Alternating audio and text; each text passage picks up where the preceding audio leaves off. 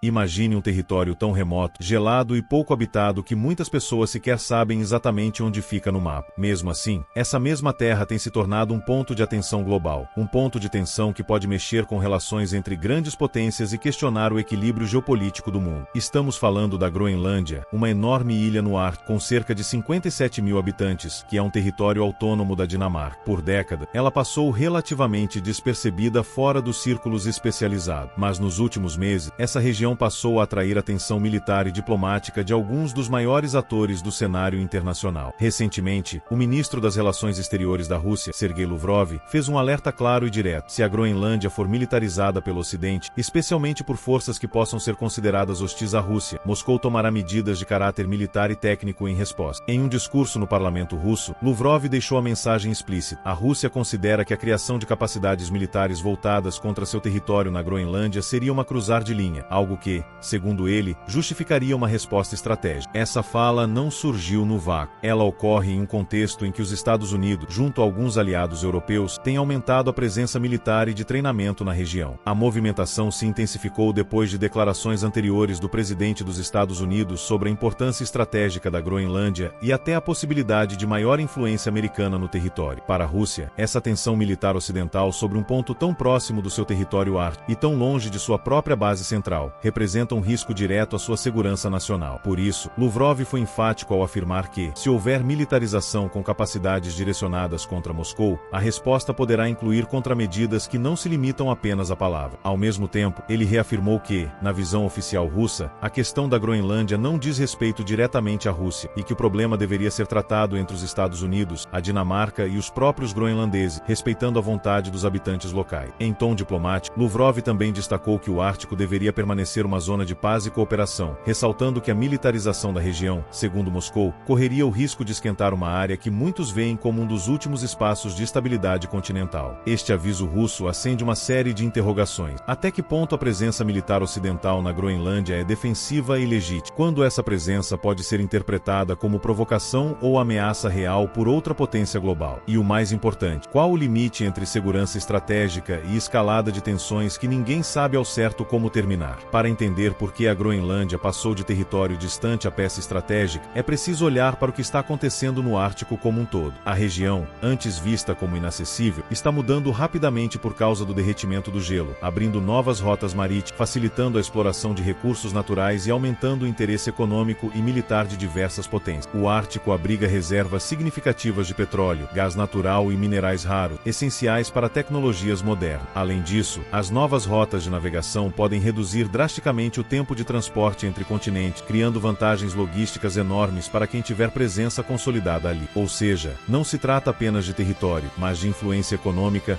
energética e estratégica para as próximas décadas. Nesse cenário, os Estados Unidos enxergam a Groenlândia como um ponto-chave para monitoramento, defesa antimísseis e vigilância do Atlântico Norte. A ilha já abriga há décadas uma base militar americana, mas o aumento recente do interesse pela região gerou percepções diferentes entre os atores internacionais. Do lado russo, o Ártico é visto como área vital de segurança nacional. A Rússia possui longa costa ártica, infraestrutura militar histórica na região e investe fortemente em sua presença ali. Qualquer expansão de capacidades militares ocidentais próxima a esse espaço é interpretada por Moscou dentro da lógica clássica de equilíbrio estratégico. Se um lado amplia sua capacidade, o outro se sente pressionado a responder. Esse é o tipo de dinâmica que, ao longo da história, transformou regiões aparentemente periféricas em centros de disputa global. Não porque alguém deseje conflito direto, mas porque cada movimento é analisado sob a lente da desconfiança estratégica. Ao mesmo tempo, países europeus observam a situação com cautela. A Dinamarca, responsável formal pela Groenlândia, precisa equilibrar interesses locais, alianças com a OTAN e a necessidade de evitar que a ilha se transforme em palco de rivalidade militar. Já os próprios groenlandeses acompanham esse debate com preocupação sobre soberania, desenvolvimento econômico e preservação de seu território. Esse conjunto de interesses cruzados cria um cenário delicado em que decisões técnicas, como ampliar infraestrutura ou realizar exercícios militares, ganham significados políticos muito maiores. O que para um lado é dissuasão, para o outro pode parecer provocação. E é exatamente nesse ponto que a fala de Lavrov entra como um aviso preventivo. Moscou quer deixar claro que observa cada passo e que não pretende ignorar mudanças estratégicas no ar. Não se trata apenas de uma reação imediata, mas de estabelecer uma linha de interpretação antes que novos movimentos ocorram. Se olharmos para além das declarações oficiais, comerciais, o que está em jogo na Groenlândia é algo maior do que uma disputa pontual. Estamos diante de uma transformação silenciosa na geopolítica, em que regiões antes consideradas secundárias passam a ocupar o centro das estratégias globais. O Ártico está deixando de ser apenas um espaço geográfico extremo para se tornar um corredor de interesse econômico e militar. Países que investirem presença ali agora poderão influenciar rotas comerciais, controlar infraestruturas críticas e garantir acesso a recursos que serão cada vez mais valiosos no futuro. Isso explica por que tantos atores estão observando cada movimento com atenção redobrada. Ao mesmo tempo, o aumento dessa relevância traz consigo um risco conhecido nas relações internacionais. Quando múltiplas potências consideram uma mesma área estratégica, qualquer iniciativa local pode ser interpretada como tentativa de vantagem global. A consequência é uma cadeia de reações que, mesmo sem intenção de confronto direto, eleva o nível de tensão. A advertência russa sobre possíveis medidas militares entra justamente nessa lógica de sinalização. Em vez de esperar mudanças concretas no terreno, Moscou opta por estabelecer desde já um posicionamento público, deixando claro que enxerga a militarização do Ártico como uma ameaça ao equilíbrio existente. Esse tipo de mensagem funciona como um aviso antecipado, comum em disputas estratégicas onde cada palavra também é parte da negociação. Do lado ocidental, a presença no Ártico é frequentemente justificada como necessária para a segurança coletiva, monitoramento e defesa de rotas marítimas. Já do ponto de vista russo, esse mesmo movimento pode ser visto como expansão de influência militar em uma área sensível. O resultado é um cenário em que a interpretação dos fatos se torna tão importante quanto os fatos em si. Enquanto isso, a Groenlândia permanece no centro desse tabuleiro, mesmo sem ser uma potência militar ou econômica. O território passa a simbolizar algo maior: a disputa por posicionamento em um mundo que caminha para múltiplos polos de poder, onde nenhuma região é distante demais para ser estratégica. Essa mudança de percepção transforma decisões aparentemente técnicas, como construção de infraestrutura, cooperação científica ou presença de tropas, em gestos com peso geopolítico. E, quando cada gesto ganha significado ampliado, o risco não está apenas nas ações, mas nas leituras que cada lado faz dela. É por isso que especialistas veem o Ártico como uma das fronteiras mais sensíveis do século XXI, não por causa de um conflito iminente, mas porque ele reúne todos os elementos de uma disputa moderna: recursos, rotas comerciais, tecnologia, segurança e influência internacional. Enquanto isso, especialistas em relações internacionais observam que a Groenlândia deixou de ser apenas um território remoto coberto por gelo para se transformar em uma peça estratégica de alto valor no tabuleiro global. A localização da ilha oferece uma vantagem geográfica única. Ela está posicionada entre a América do Norte, a Europa e a própria Rússia. Em um cenário de disputas por influência no Ártico, essa posição permite monitoramento, resposta rápida e projeção de poder em uma região onde novas rotas marítimas começam a surgir com o recuo das calotas polares. O degelo, aliás, é um fator silencioso, mas decisivo nessa história. Com o aumento das temperaturas globais, áreas antes inacessíveis passam a revelar recursos naturais e corredores logísticos que podem redesenhar o comércio internacional. Petróleo, gás natural, minerais raros e novas rotas de navegação transformam o Ártico em uma fronteira econômica promissora e,